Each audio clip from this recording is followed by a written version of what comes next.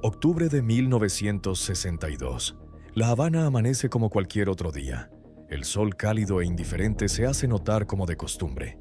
José se asoma a su balcón a contemplar las nubes perezosas sobre el cielo del Caribe. Nada se ve peligroso. No hay explosiones, no hay sirenas, no hay aviones rugiendo temerosos por el cielo. Lo que José no puede ver, lo que casi ningún cubano puede ver, es que su isla se ha convertido en el epicentro de la apuesta más peligrosa en la historia humana. Entre montes y campos de caña se ocultan misiles nucleares. Alrededor de la isla, buques de guerra cierran un cerco. Bajo el mar, submarinos se deslizan con armas capaces de borrar ciudades enteras en minutos. Y mientras el mundo decide si sobrevivirá, José solo piensa en que dará de cenar a sus hijos, en si mañana será un día normal o si siquiera habrá un mañana. Bienvenidos a Laberintos del Saber, un lugar donde exploramos conocimientos que tal vez no conozcas. A comienzos de los 60, Cuba ya no era la isla de unos años atrás. Los casinos habían apagado sus neones. Los turistas se habían evaporado. Los autos estadounidenses seguían en las calles, viejos y remendados, tercamente vivos como todo lo que se niega a morir en La Habana. Con la revolución de 1959, el país cambió de golpe. Para muchos fue una victoria: soberanía, dignidad, promesas de justicia. Para otros fue el inicio de una vida reorganizada por decretos, consignas y vigilancia. José no era un ideólogo, era un padre, un trabajador, un vecino. Recordaba la euforia inicial, gente abrazándose en la calle, discursos que duraban hasta la madrugada, un orgullo eléctrico. Pero pronto llegó la otra cara: nacionalizaciones, racionamiento, comités del barrio, silencios. Y sobre todo, llegó la tensión con Estados Unidos. El embargo se sintió en estantes vacíos y medicinas que faltaban. La fallida invasión de Bahía de Cochinos, en abril de 1961, demostró que un enfrentamiento podría ser real. A partir de ahí, la palabra invasión dejó de ser una posibilidad abstracta. Se volvió una sombra que vivía en la conversación diaria. De repente, todos vigilaban a todos, no siempre por maldad, a menudo por miedo. Para entender por qué Cuba se volvió el centro del mundo, hay que mirar más allá de la isla. En 1962, la Guerra Fría ya no era fría. Era una maquinaria tensa, paranoica y armada hasta los dientes. Después de la Segunda Guerra Mundial, el planeta quedó dividido entre dos visiones. Estados Unidos y sus aliados defendían el capitalismo, mercados y democracia liberal. La Unión Soviética promovía el socialismo, control estatal y resistencia ideológica. No era solo geopolítica, era una disputa sobre cómo debía organizarse la humanidad. Y el problema no era solo que cada bando representaba lo opuesto del otro. El problema era que ambos bandos creían que el otro era capaz de acabar con el mundo para ganar. Las armas nucleares transformaron el conflicto en una pesadilla matemática. Ya no hacía falta conquistar territorios.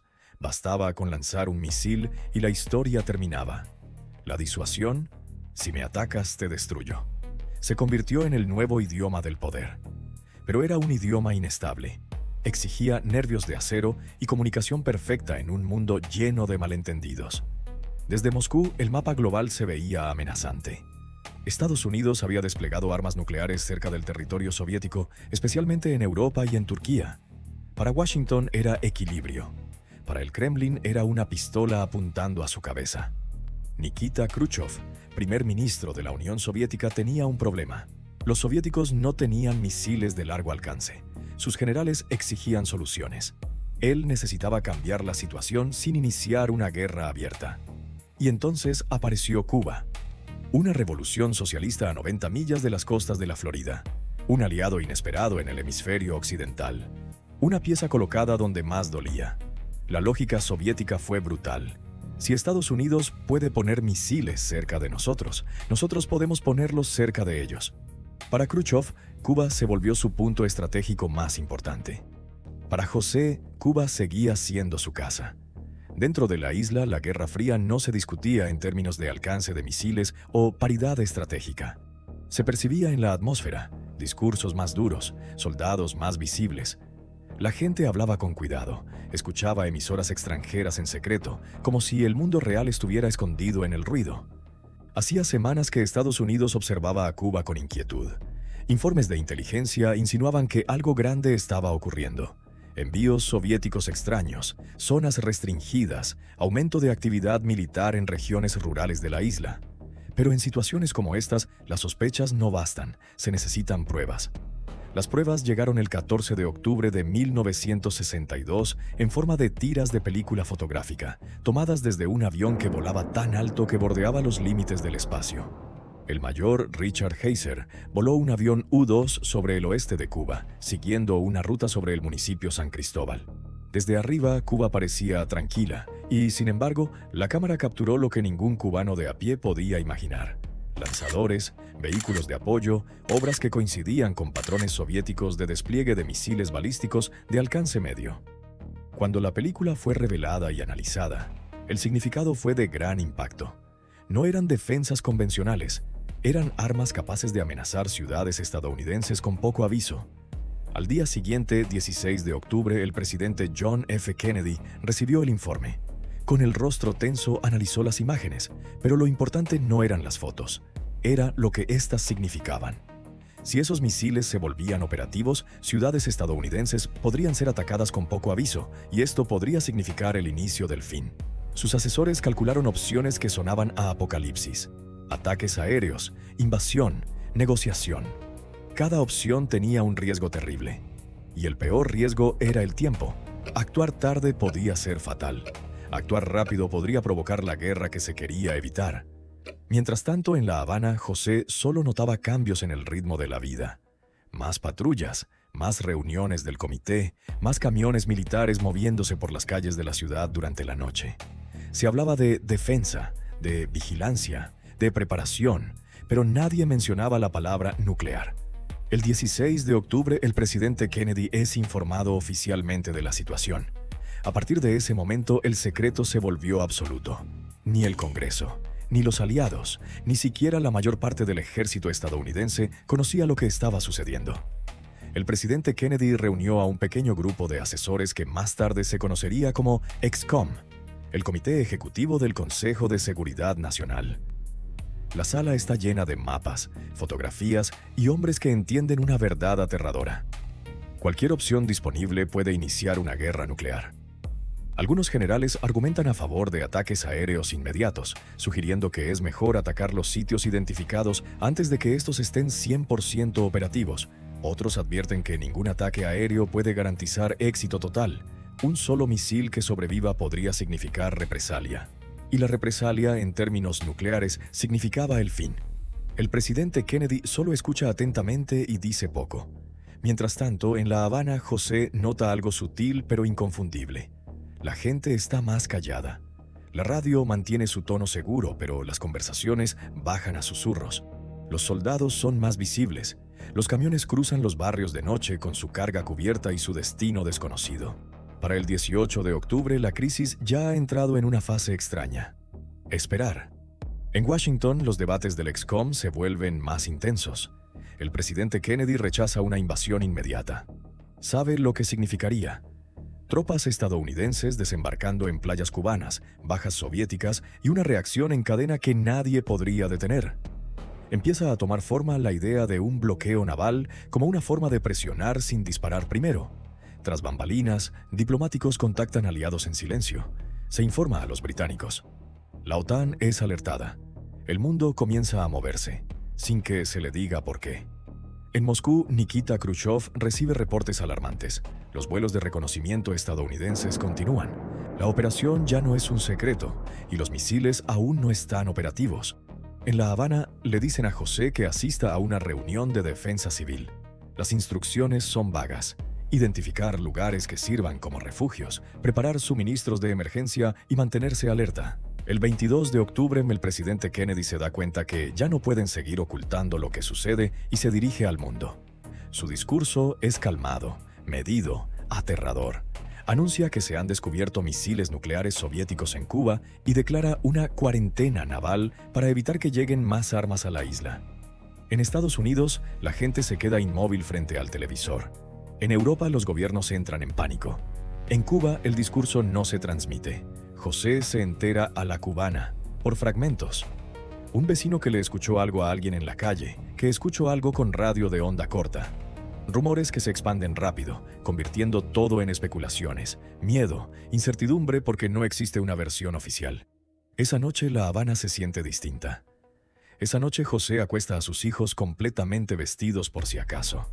El 23 de octubre la Marina estadounidense se coloca en posición. Los barcos soviéticos se acercan a la línea de cuarentena. Este es uno de los momentos más peligrosos de la historia humana y casi nadie lo sabe. En Washington las pantallas de radar brillan. Los teléfonos no dejan de sonar. El presidente Kennedy entiende que si se dispara un solo tiro en el mar, la escalada será casi automática. En Moscú, Khrushchev espera reportes de los capitanes preguntándose si desafiarán el bloqueo o darán la vuelta. En el último instante, los barcos soviéticos disminuyen la velocidad y se detienen. El mundo exhala, pero solo por un momento. En La Habana, José vive la crisis en forma de agotamiento. Las colas para comprar el pan son más largas, los ánimos más cortos. Mientras las negociaciones se intensifican, Cuba se prepara para una invasión. Fidel Castro, primer ministro de Cuba, cree que un ataque estadounidense es inminente. Moviliza a la población, arma a las milicias y se prepara para lo que llaman la guerra de todo el pueblo. Castro no conoce todos los detalles de las negociaciones entre Estados Unidos y la Unión Soviética. Sabe que hay misiles, sabe que Estados Unidos está furioso, asume lo peor. José lo ve en las calles, barricadas, artillería antiaérea, ejercicios constantes. El 27 de octubre de 1962 pasaría a la historia como el Sábado Negro, el día que más cerca estuvimos de la destrucción total. Un avión estadounidense es derribado sobre Cuba y muere su piloto, el mayor Rudolf Anderson. En Washington, la presión para responder con fuerza se dispara de inmediato. Al mismo tiempo, otro avión estadounidense se desvía accidentalmente y entra en espacio aéreo soviético cerca de Alaska. Y, bajo el océano, un submarino soviético, sin comunicación, con poco oxígeno y hostigado por cargas de profundidad estadounidenses, está peligrosamente cerca de lanzar un torpedo nuclear. Solo la negativa de un oficial evita la catástrofe. Nada de esto llega a las calles de La Habana. José pasa el día cavando trincheras bajo un sol que parece indiferente al pánico humano. El sudor le corre por la espalda y las manos se le ampollan. A puertas cerradas, mensajes cruzan el Atlántico. Khrushchev envía cartas, primero emotivas, luego más formales. Kennedy responde con cuidado, hasta que finalmente las dos potencias llegan a un acuerdo. La Unión Soviética retiraría los misiles de Cuba. Estados Unidos se comprometía a no invadir Cuba y, en secreto, los misiles estadounidenses serían retirados de Turquía. Cuba, sin embargo, no tuvo voz en estas decisiones. Castro se enteró del acuerdo después. Para él, no fue diplomacia, fue traición. Cuba había cargado el riesgo, había aceptado misiles en su suelo y en el momento decisivo su destino se negoció sin su voz en la mesa. El 28 de octubre, Khrushchev anunció la retirada de los misiles, terminando la crisis con un alivio tan repentino que parecía irreal. Para José, el final de la crisis no se sintió como final, sino confusión. No hubo explosión, no hubo invasión, no hubo desfile. Poco a poco la presencia militar soviética fue retirándose, llevándose consigo los misiles, pero para José las cosas no cambiaron mucho. Las consignas continuaron y los líderes continuaron pidiendo al pueblo más sacrificio, entrega y resistencia. Los eventos ocurridos durante la crisis de los misiles alteraron de forma permanente el comportamiento global. Estableció una línea directa de comunicación entre la Casa Blanca y el Kremlin, referida como teléfono rojo, que ayudó a iniciar conversaciones sobre control de armas que antes eran impensables. La historia demostró que tan cerca podemos estar de la destrucción total y que los momentos más impactantes a menudo ocurren en silencio, sin advertencia, sin testigos, sin aplausos. La humanidad sobrevivió esos días por el coraje silencioso de personas que eligieron no apretar un botón. Y si aún no lo has hecho, te invitamos a ver este otro video a continuación sobre una invasión que fue preludio de estos eventos, no sin antes pedirte que apoyes nuestro canal, suscríbete y regálanos un like. Hasta la próxima.